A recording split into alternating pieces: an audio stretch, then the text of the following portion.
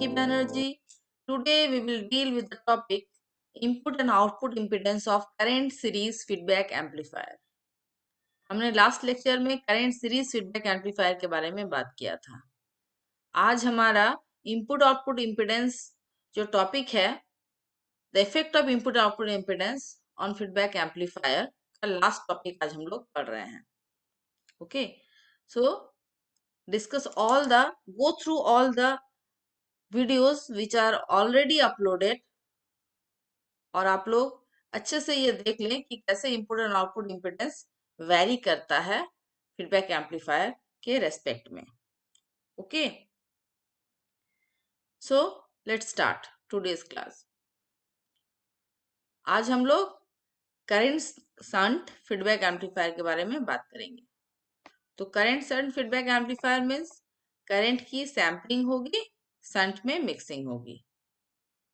तो करंट की सैम्पलिंग मतलब हो रहा है कि हमारा आउटपुट में क्या होगा, करंट की सैम्पलिंग होगी, मतलब सीरीज में हमारा जो आउटपुट सर्किट है वो फीडबैक सर्किट के साथ में सीरीज में होगा। Therefore, the same current I0 will flow through the feedback circuit. Go through the feedback circuit. ठीक है, हम लोग देख सकते हैं just like this. ये हमारा I0 यहाँ से आ रहा है, ये ऐसे आया, ये पूरा हमारा जैसे मैं दिखा रही हूँ पॉइंटर, सेम पाथ में ये मूव करेगा।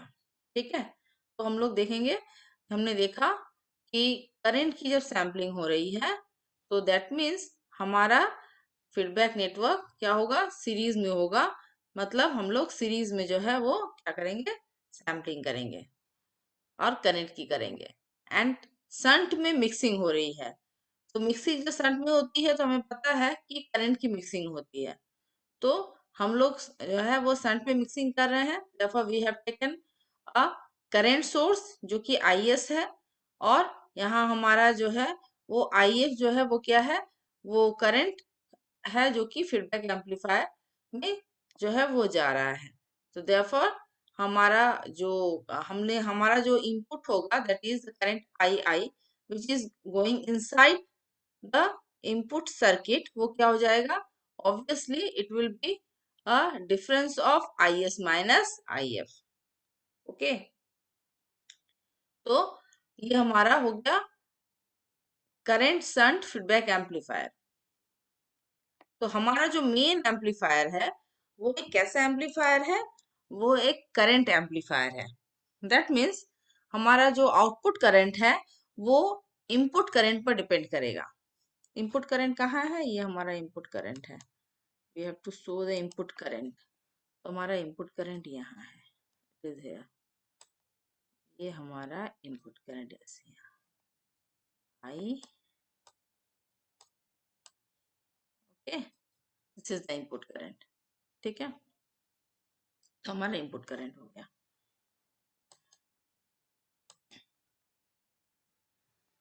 ये करंट है जो कि हमारा क्या हो रहा है, इनपुट सर्किट में एंटर रहा है। ठीक है, ओके फाइन।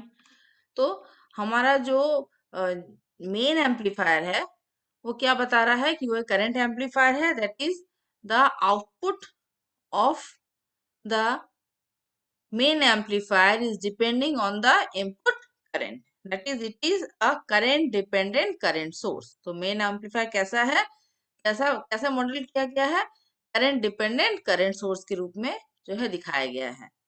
और ऑब्वियसली क्योंकि ये एक करंट सोर्स है, प्रैक्टिकल करंट सोर्स है, तो उसके पैरेलल में एक रेजिस्टेंस होगा and that resistance is R0। इसका मतलब है R0 हमारा रेजिस्टेंस है। कब रेजिस्टेंस है, जबकि फीडबैक नहीं है, आउटपुट रेजिस्टेंस है। ओके, जब फीडबैक नहीं है, जब फीडबैक रहेगा तो उस समय जो है हमारा हमको चेक करना है कि हमारा आउटपुट इम्पिडेंस कितना होगा। ठीक है, हमारा इनपुट इम्पिडेंस कितना होगा वो भी चेक करना है, हमारा आउटपुट इम्पिडेंस कितना होगा वो भी चेक करना है। तो ये ए इंटू आई क्या है, ये करंट है जो कि I0 के इक्वल होगा, क्योंकि हमारा ये क्या है, करंट एम्पलीफायर है। R0 की वैल्यू बहुत ज्यादा होती है, प्रैक्टिकल करंट सोर्स में जो पैरेलल में रेजिस्टेंस होता है उसकी वैल्यू बहुत ज्यादा होती है। तो बहुत ज्यादा अगर वैल्यू होगी तो जो करंट इस रेजिस्टेंस के थ्रू पास करेगा वो बहुत कम होगा, दैट इज नेग्लिजिबल। तो हम लोग जो है ये ऐसा कंसिडर कर सकते हैं क्योंकि it is a high value, तब कंसिडर कर सकते हैं कि चलो ये जो है ये रेजिस्टेंस जो है वो ओपन है, इतना वैल्यू इसका हाई है कि करंट जो है यहाँ से पास नहीं कर रहा है। तो टोटल करंट जो है आई आई जो है वो आई नॉट के रूप में जो है हमें मिलेगा, और वो आर एल रेजिस्टेंस के थ्रू पास होकर के हमारा आ जाएगा फीडबैक सर्किट में, और फिर लौट के वो पहुंचेगा हमारा करंट एम्पलीफायर में। तो इस तरह से ये हमारा लूप कंप्लीट होगा, and we can see the feedback network is in series with the output circuit. ठीक है, और हमारा जो है फीडबैक सर्किट है वो कैसा है, जो फीडबैक नेटवर्क है वो कैसा है, तो फीडबैक नेटवर्क का गेन हमारा बीटा है। तो ये बीटा इक्वल टू आउटपुट और इनपुट होना चाहिए। तो हम यहाँ देख सकते हैं क्योंकि हमने जो है वो करंट की सैम्पलिंग की है एंड अगेन करंट की मिक्सिंग की है, पर बीटा बीटा जो है वो गेन है, और ये क्या है, करंट का गेन है, that is I F by I not, I F by I not है। ठीक है, तो ये गेन कैसा है, आई एफ बाई आई नॉट। अब हम लोग मूव करते हैं इनपुट इम्पिडेंस की तरफ। तो ये हमारा इनपुट इम्पिडेंस हमें निकालना है, जो कि कितना है, ZIF है। तो जब जब फीडबैक नहीं है, जब ये फीडबैक नहीं था, उस समय जो है वो इम्पिडेंस कितना था, वो ZI था, और उसका वैल्यू क्या था, II था। That means the input voltage VI जो कि इस RI के बारे में से जो गुजरेगा, जो हमारा वो कितना हो जाएगा, वो ZI into II। So therefore the input impedance without feedback is ZI equal to RI, and the input voltage VI equal to ZI into II। हमने क्या एज्यूम किया है, R naught is very high, therefore हमने क्या देखा, अभी तुरंत मैंने बताया कि क्योंकि आर नॉट बहुत ज्यादा है, देयरफॉर इस आर नॉट से कोई करंट फ्लो नहीं करेगा, नेग्लिजिबल करंट फ्लो करेगा, और हमारा आई नॉट इक्वल टू कितना हो जाएगा, I naught equal to A into I I, therefore I naught equal to A into I I लिखा है। Again feedback gain is beta, and beta equal to I F by I naught. अब ये I S क्या है, I S is the summation of I I plus I F. ठीक है, तो हमने क्या देखा कि ये जो आई एस है वो देखो, ये आई एफ यहाँ से जा रहा है, एंड आई आई इसमें इन कर रहा है। मैंने बताया था यहाँ आई आई है, तो यहाँ आई आई इन कर रहा है, और ये आई एफ है, और ये हमारा आई एस। तो अगर इस पॉइंट पर अगर हम देखना चाहें, अगर हम यहाँ इस नोट पर देखना चाहें कि कितना करंट यहाँ पर, अगर इस जगह पर देखना चाहें कितना करंट इन हो रहा है, कितना आउट हो रहा है, तो हमें क्या मिलेगा, आई एस जो है इन कर रहा है, एंड आई आई इज है, यहाँ हमारा आई आई है, ये हमारा आई आई है, आई आई तो इस आर आई से पास कर रहा है, एंड आई एफ जो है वो फीडबैक सर्किट में जा रहा है। That means I S, we are get that I S equal to I I plus I F. Okay, इसका मतलब है Z I F equal to क्या होगा, Z I F equal to obviously यहाँ जो वोल्टेज है वो वी आई है, एंड करंट कितना कितना जो है वो, हम अगर हम पूरा को, अगर हम जैसे पहले ही बोले हैं, इस पूरे को ब्लॉक में डाल दो, तो करंट जो फ्लो कर रहा है वो आई एस फ्लो कर रहा है इनपुट में, and input voltage is V I, therefore Z I F equal to V I by I S, equal to V I by I S equal to क्या लिखेंगे हम लोग, I I plus I F. Now हम लोग लिख सकते हैं आई I plus I F को क्या लिखेंगे, यहाँ से देखो आई एफ इक्वल टू क्या हो जाएगा, आई एफ इक्वल टू यहाँ से एक ही बात है, यहाँ से देखो I F equal to beta I naught, so we will replace it here beta I naught, ये रहा beta I naught. Again I naught equal to A I I होगा, ये रहा I naught equal to A into I I, that is input current to the main amplifier. Therefore, what we get, Vi by Ii plus beta Ai.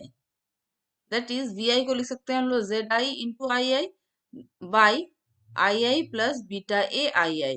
वो हमने लिखा, यहाँ से Ii को common लिए, और हमारा जो बच गया वो था 1 प्लस बीटा, तो ये Ii एंड ये Ii कट जाएगा, तो हमारा जो अभी जेड आई एफ होगा वो कितना हो जाएगा, Z I F equal to Z I by 1 plus A beta और beta A. Okay, that means जो इनपुट इम्पीडेंस है करंट शंट फीडबैक एम्पलीफायर का वो रिड्यूस कर जा रहा है due to the application of feedback. और कितना रिड्यूस कर रहा है? It get reduce by factor of 1 plus A beta.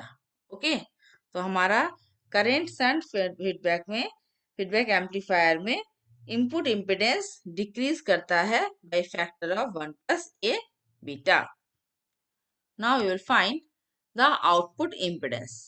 तो आउटपुट इम्पीडेंस के लिए हमें पता है क्या करना है। सबसे पहले हमें क्या करना है, आरएल को खोल देना है। खोल दिया हमने। और क्या करना है कि हमें क्या निकालना है, आउटपुट इम्पीडेंस निकालना है। तो here we have to find the output impedance. यहाँ हमको निकालना है आउटपुट इम्पीडेंस। तो हम लोग क्या करेंगे, हम लोग जस्ट पहले जैसा एरो बनाएंगे। ये हम एरो बनाया और यहाँ मुझे देखना है एक्चुअली आउटपुट इम्पीडेंस क्या देखना है। तो Z O F that is feedback due the impedance output impedance due to feedback। Okay, इसका मतलब जब हम यहाँ से देख रहे हैं तो सबसे पहले हमारा काम क्या था, वो था आरएल को खोल देना। तो हमने वो खोल दिया है, आरएल को हटा दिया। अब हम जेड वेव देख रहे हैं तो हमारा काम क्या होगा कि लेफ्ट हैंड साइड में चेक करेंगे कि कोई इंडिपेंडेंट सोर्स है कि नहीं। तो हमने देखा कि हाँ, एक इंडिपेंडेंट सोर्स है जो कि आईएस है। तो हम क्या करेंगे, क्योंकि ये करंट सोर्स है, तब इसको हमें क्या करना, ओपन कर देना है। Current source will be open, that means IS becomes 0, that is IS equal to 0। Okay, अगर वोल्टेज सोर्स रहता तो शॉर्ट करते, जैसे पिछले वीडियो में हमने शॉर्ट किया था कि वोल्टेज सोर्स था तो उसको हमने शॉर्ट कर दिया था। करंट सोर्स है तो हम ओपन कर देंगे। यहाँ डिपेंडेंट सोर्स है, डिपेंडेंट सोर्स को हमको नहीं छेड़ना है, जैसा है वैसा ही रहेगा। तो हमारा आउटपुट इम्पीडेंस ZOF को हमको निकालने के लिए सबसे पहला स्टेप होगा RL को खोलना, और दूसरा स्टेप होगा चेक करना कि कोई इंडिपेंडेंट सोर्स है कि नहीं। तो हमारे पास में एक इंडिपेंडेंट करंट सोर्स है तो हमने उसको जीरो कर दिया, एंड जीरो करने के लिए हमने क्या किया, ओपन कर दिया। ओके, अब हम निकालेंगे आउटपुट इम्पीडेंस का एक्सप्रेशन। उसके लिए हमने क्या करना है, जस्ट पहले जैसा ही हम लोग लगाएंगे यहाँ पर नोड, और नोड में हम लगाएंगे KCL, मतलब कितना करंट इन कर रहा है, कितना करंट आउट हो रहा है यहाँ इस पॉइंट पर, ये वाला पॉइंट। ठीक है, दिस पॉइंट। इसमें क्या होगा, AVI जो है मेरा क्या हो रहा है, इन है कर रहा है। Similarly current flowing through this resistance will be V naught by R naught, है ना। ये कितना हो जाएगा, V naught by R naught हो जाएगा। तो हमारा जो है, let's set the laser pointer. So okay, तो हमारा करंट जो है वो इस नोड पर जो करंट आ रहा है वो A आई आ रहा है। दफा I naught is ai plus current through this resistance. तो current through this resistance will be, current is V by R होता है। तो यहाँ पर वोल्टेज कितना है, V नॉट है, हम देख सकते हैं V नॉट वोल्टेज है। तो V naught by R naught, दफा I naught equal to V naught by R naught plus AI। Okay, अब हम लोग जानते हैं IS इक्वल टू जीरो कर दिए हैं, तो IS को जीरो कर दो। तो IS को जीरो करेंगे तो IS equal to II plus IF है, that is zero equal to II plus IF। Therefore, II equal to minus IF। मेरा एक्सप्रेशन फिर क्या हो गया, I naught equal to V naught by R naught minus AIF। Again IF equal to क्या लिखेंगे, beta I naught. तो हमने लिख दिया बीटा I नॉट। अब beta I naught a beta I naught को हम क्या करेंगे, लेफ्ट हैंड साइड लेके आ जाएंगे। तो it becomes I naught plus A beta I naught equal to V naught by R naught. तो इसका मतलब है आई नॉट यहाँ से कॉमन लिए तो आ गया 1 plus A beta equal to V naught by R naught. अब हम लोग आर नॉट को लेके आ जा रहे हैं left hand side, and I naught को लेके आ जा रहे हैं राइट हैंड साइड। तो मेरा एक्सप्रेशन क्या जाएगा, R naught into 1 plus A beta equal to V naught by I naught. This V naught by I naught is nothing but ZOF, जो कि हमें निकालना है। यहाँ पे जो ZOF हम देख रहे हैं, that is this ZOF। ये हमारा जो ZOF जो हमें यहाँ दिखना है, वही वो क्या है, V naught by I not है ना। तो वही हम लोग यहाँ पर निकालेंगे, V naught by I naught. And this what we are getting, R naught को यहाँ लेके आ गया तो R naught into 1 plus A beta equal to V naught by I naught. that V naught by I naught is Z wave, that is R naught into 1 plus A beta equal to Z wave. इसका मतलब हो गया कि हमारा output impedance जो है वो क्या हो जाएगा, इंक्रीज कर जाएगा by factor of one plus A beta, जब हम लोग current shunt feedback amplifier use करेंगे। हमने देखा कि करंट शंट फीडबैक एम्पलीफायर में इनपुट क्या कर रहा था, वो डिक्रीज कर रहा था। देख ले, हमारा इनपुट डिक्रीज कर रहा था bye factor of 1 plus A beta, and हमारा जो आउटपुट इम्पीडेंस है वो क्या कर रहा है, इंक्रीज कर रहा है by factor of 1 plus A beta. तो ये हमारा current shunt feedback amplifier complete हुआ। That is we have seen what is the effect of feedback, that is what is the input and output impedance of current shunt feedback amplifier। Okay, तो अब हम लोग summarise कर लेते हैं जो हमने पढ़ा है। तो हमने पढ़ा क्या क्या पढ़ा, voltage series, voltage shunt, current series, current shunt, चार टॉपिक हमने पढ़ा और सभी का जो है इनपुट एंड आउटपुट इम्पीडेंस निकाला है। तो हम देख सकते हैं कि इनपुट इम्पीडेंस जो है वो voltage series and current series दोनों ही, voltage series feedback amplifier and current series feedback amplifier दोनों में ही जो है वो इनपुट इम्पीडेंस इंक्रीज कर रहा है by factor of 1 plus A beta, that is it is increase, और वैल्यू इंक्रीज वैल्यू कितना हो रहा है, R I into 1 plus A beta. Similarly current series में भी जो है वो इंक्रीज कर जा रहा है इनपुट इम्पीडेंस, वैल्यू कितना हो जा रहा है, R I into 1 plus A beta. And voltage shunt and current shunt, इन दोनों में जो इनपुट इम्पीडेंस क्या हो जा रहा है, वो घट जा रहा है by factor of 1 plus A beta. तो ये हमारा समरी हो गया फॉर इनपुट इम्पीडेंस। सो हम लोग याद रख सकते हैं कि voltage series and voltage series and current series दोनों फीडबैक एम्पलीफायर के लिए हमारा इनपुट इम्पीडेंस जो है वो इंक्रीज करता है, and voltage shunt and current shunt amplifier के लिए हमारा जो है इनपुट इम्पीडेंस डिक्रीज करता है। अब हम लोग देखते हैं output, that is output impedance क्या होता है, ZOF। तो ZOF हम देख सकते हैं कि वोल्टेज सीरीज का डिक्रीज कर रहा है, वोल्टेज शंट का भी डिक्रीज कर रहा है। therefore voltage series and voltage shunt इन दोनों में ही जो है वो क्या हो रहा है, आउटपुट इम्पीडेंस क्या हो रहा है, डिक्रीज कर रहा है। But if we consider the current series and current shunt amplifier, then we can see that in both the cases the output impedance is increased by a factor of 1 plus a beta। इसका मतलब क्या हो गया, इसका output impedance कितना हो गया, R naught into 1 plus a beta। So this is the summary of input and output impedance of feedback amplifier.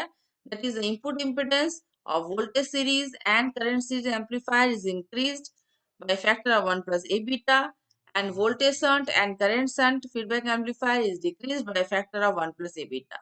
Similarly, output impedance will be decreased in voltage series and voltage shunt feedback amplifier, and it will be increased in current series and current shunt feedback amplifier by factor of 1 plus A beta. So this is all about the feedback, all about the input and output impedance of feedback amplifier। हमने जो है वो feedback amplifier को अच्छे से समझ लिया, हमने समझ लिया फीडबैक एम्पलीफायर किसे कहते हैं, दैट इज नेगेटिव फीडबैक क्या है, पॉजिटिव फीडबैक क्या है, और हमारा जो फीडबैक एम्पलीफायर है उसकी टोपोलॉजीज को हमने समझा, और because of the feedback input and output impedance में क्या क्या इफेक्ट हो जाता है, कैसे वो इंक्रीज करता है या कौन सा डिक्रीज करता है, इनको अच्छे से हमने डिटेल में देखा। So this is a very important portion student, so से stay tuned and follow my all the lectures. In the next lecture we will discuss a very new topic concerned with your syllabus only। Okay, so share, like and subscribe, and आपके notes जो है वो description box में available है, link available है, आप download कर सकते हैं। Thank you.